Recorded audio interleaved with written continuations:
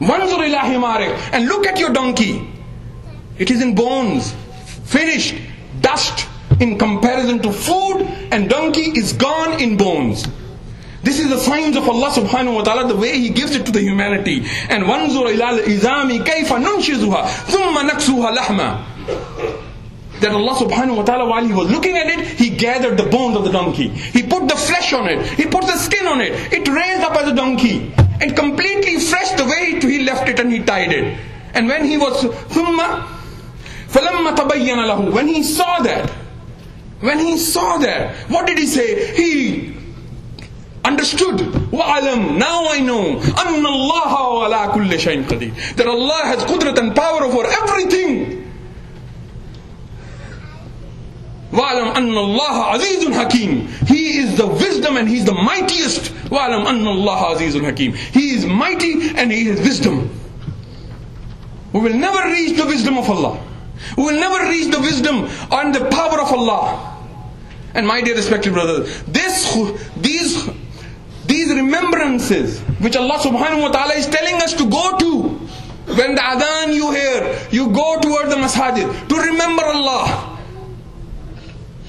And when you leave, you go and seek the bounties of Allah. You remember Allah.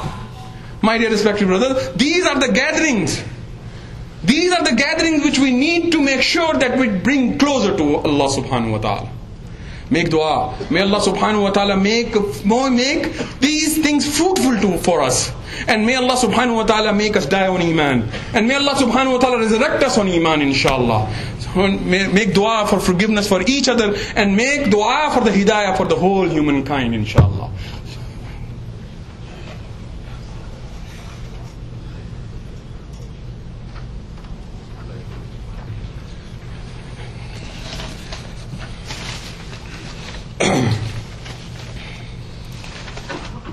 بسم الله الرحمن الرحيم.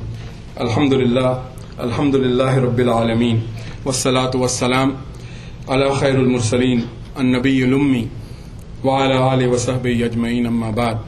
يقول الله تعالى في القرآن الكريم: إن الله وملائكته يصلون على النبي يا أيها الذين آمنوا صلوا عليه وسلموا تسليما.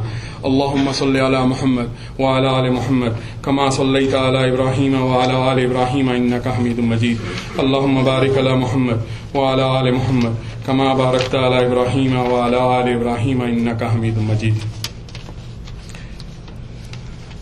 My dear respected brothers, Rasulullah sallallahu alaihi wasallam, when he gives us advice that we should remember death more frequently and we should do the tilawat al-Quran daily or frequently, then my dear respected brothers, we need to pay heed to the advices of Rasulullah sallallahu alaihi wasallam, because that will bring us closer to Allah. And my dear respected brothers, we are going and passing through a time in which this ummah has forgotten the message in general. Didn't Rasulullah sallallahu alaihi wasallam came to straighten our aqidah? Didn't Rasulullah sallallahu alaihi wasallam come to teach what Allah demands from us? Didn't Rasulullah sallallahu alaihi wasallam come to teach us akhlaq? Didn't Rasulullah sallallahu alaihi wasallam come to make us be aware of our death? Didn't He come to make us aware of the life after death? Didn't He come to make us aware of the life in the qabr? Didn't He come to make us aware of a day, of appointed day when Qiyamah will come, which nobody knows except Allah? Didn't He come to warn us that what will happen on the day of the judgment? Didn't He tell us that people will be in Jannah and they will be in Jahannam? There will be a day when everyone will be appointed and will be accounted for. And my dear respected brothers, we need to pay heed. We need to pay attention to these little tiny details which we call it today, quote unquote. We think these are minor issues. But may Allah subhanahu wa ta'ala forgive all of us and give us hidayah. These are not minor issues. My dear respected brothers, these are great issues. Because I always stand here and I always quote Aisha radiyallahu anha. What did Aisha radiallahu anha say? Aisha radiallahu anha said that if the first ahkamat and orders of Allah would have been that no zina, no alcohol, nobody would have believed and nobody would have acted. But all which were revealed initially in the 13 years or 10 years in Mecca, my dear respected brothers, all related to Iman. And one, they had Iman in their hearts, and they were connected to their Creator, and they were connected to Allah subhanahu wa ta'ala, and their prime mission was to please Allah. Nobody else. Prime goal was to please Allah subhanahu wa ta'ala and His Rasul sallallahu alaihi wasallam. Two, and nothing else. When the ahkamats and orders start coming down after that Iman, my dear respected brothers, it was easy. They left their homes, they left their wives, they left their children, they left their husbands, they left their fathers, they left their mothers, they left their brothers, they left their uncles, they left for everything for the sake of Allah. But my dear respected brothers, the reminder should be, the promises of Allah will come true. And it is our intellect which finds Allah. Because it is not given to us when we were born. We made the case today that we need to learn. We need to challenge our intellect. And why? How to challenge intellect? My dear respected brothers, we have to be cautious about that, how we challenge our intellect. Because sometimes, if we go too far and beyond, we might go away from the boundaries of Sharia. We need to challenge the intellect within the boundaries of Allah and His Rasul sallallahu alaihi wasallam. Within the boundaries which has been sketched by Quran. My dear respected brother, the basic concept of the knowledge should be to find our Allah, our Rabb, our Lord, our Sustainer, the one who gave us life, the one who will give us death. When we will reach that pinnacle of our life, when we will reach that height, then when we have recognized who our Lord is, my dear respected brothers, the rest of the things will come together and will fall in place, and we will do exactly what Quran tells us. And we will do, and our behavior and our akhlaq will be in the best of the manner. The akhlaq which Rasulullah sallallahu alaihi wasallam and Sahaba radiyallahu anhuma demonstrated. They will be beaten.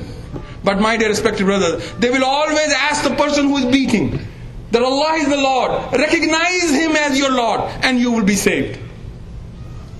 They did not come after that person and made him suffer, cut their limbs, take their eyes out, cut their heads. No, my dear respected brother, enough. Enough. We need to not follow our desires anymore. We need to follow the guidance which has been given by Allah and His Rasul sallallahu alaihi wasallam. Why, my dear respected brother? Because the goal and objective should be the same, that we have to protect ourselves from the nar of Jahannam. We have to enter into Jannah, which has been made for these mu'mineen, which has been waiting and being decorated by Allah subhanahu wa ta'ala every day. So that you as mu'mineen can enter into it. But my dear respected brothers, we have to fulfill the criteria. It's not easy. It's not going to be a cakewalk, as they say. No, we will be tried, we will be tested, and then we will be given the rewards which are waiting for us all, inshallah. My dear respected brother, I always tell, and I always remind here about the definition of success which has been given by Allah in Quran. فَمَنْ زُهْزِيَ عَنِ النَّارِ وَأُدْخِلَ الْجَنَّةَ فَقَدْ فَازَ. That whoever protected himself from the nar of Jahannam and enter into the Jannah, enter into the gardens of Jannah, he is the one who has attained the biggest success and the highest success. There is no other success better than Jannah. No better success. And our Rabb is only Allah. And we have to achieve this goal. فَتَعَالَ اللَّهُ الْمَلِكُ الْحَقِّ.